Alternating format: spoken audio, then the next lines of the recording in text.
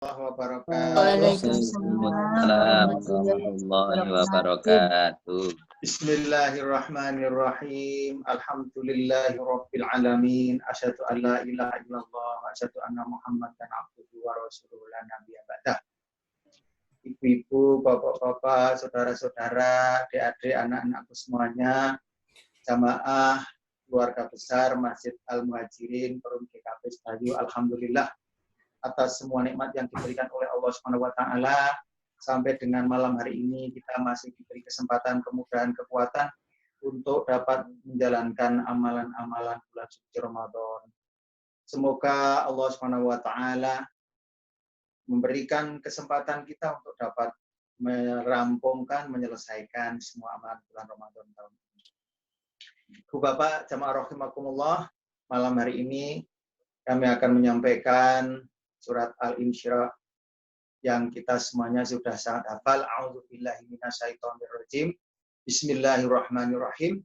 Kita potong tengahnya saja. Fa inna ma'al usri yusra.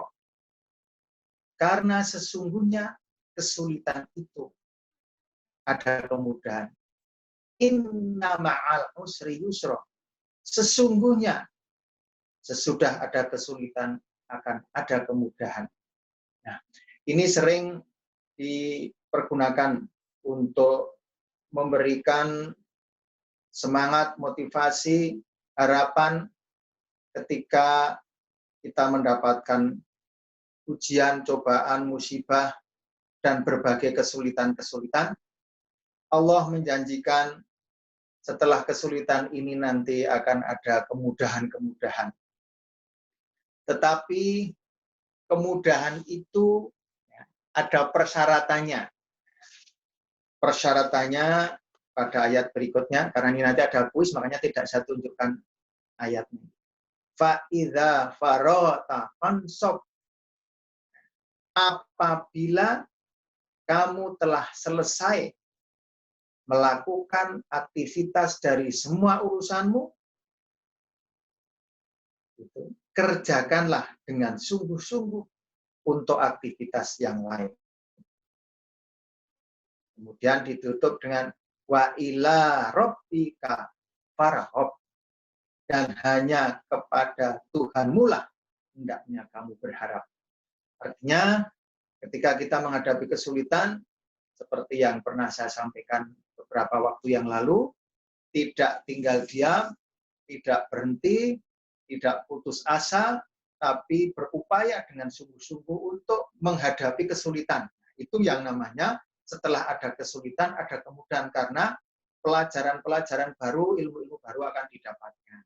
Kalau dulu tidak tahu tentang Zoom, padahal Zoom ini sudah sejak tahun 2012. Kemarin saya mendapatkan ilmu, kalau pas di rumah selalu saya nyetel pengalaman-pengalaman menghadapi adanya pandemi COVID-19 ini. Ada hal-hal yang saya lihat itu sepele, tapi juga bisa kita tularkan. Ada seorang pekerja yang biasanya itu bokar, gojek, begitu ada pandemi COVID, seakan semua kesempatannya ataupun seakan-akan rezekinya berhenti. Ternyata di rumah dia berpikir, baru tahu. Nah, saya juga akhirnya baru tahu. WhatsApp kita itu ada yang namanya WhatsApp bisnis. Ya, mungkin nanti bapak-bapak kalau pernah apa yang sudah menggunakan, kalau yang bisnis. WhatsApp kita itu ada yang namanya WhatsApp bisnis. Maka dari itu bisnis online. Nah, sekarang ternyata mereka malah pesanannya lebih banyak, rezekinya lebih banyak dibanding dengan ketika belum ada pandemi COVID. Kemudian siangnya saya mendengarkan pengalaman orang Jakarta yang dia itu usaha jasa, yang ini pengusaha menurutnya sudah gede, menyewakan alat-alat olahraga yang namanya gym itu. Gym. Nah, kemarin sejak bulan Februari, Maret tutup, full tutup, nggak ada penerimaan sama sekali. Padahal dia saat mereka tutup itu memutar otak. akhirnya menemukan solusi, alat-alat olahraganya itu diantarkan ke rumah-rumah. Alat-alat gymnya itu diantarkan ke rumah-rumah. Yang gede ya pakai mobil, yang kecil pakai motor. Kalau mereka butuh tentor, juga tentornya datang ke rumah. Konon katanya saat ini penerimaannya, penghasilannya, itu bahkan belum selesai tentang pandemi COVID, sudah bisa pulih, sudah bisa beraktivitas seperti sedia kala, tidak melanggar, tidak menyalahi protokol dari COVID. Itulah yang namanya janji Allah, innama kemudian fa'idah barokah fansop wa ila rabbika farghab. Maka dari itu, marilah kita bersama-sama untuk dapat mensikapi, menghadapi cobaan, kesulitan ini, dan harapan dengan optimisme nanti akan ada kemudahan-kemudahan. Kita juga punya pengalaman yang warga Bantul pernah diberi ujian yang berat juga waktu ada gempa tektonik, walaupun di Sedayu dan Kasihan tidak termasuk daerah patahan sehingga tidak rusaknya signifikan seperti yang daerah Pundong dan Bantul Selatan. Tapi kalau kita sekarang ke Bantul Selatan, rumahnya malah menjadi hebat-hebat, termasuk kami juga mendampingi warga Merapi yang terdampak, yang kemarin pernah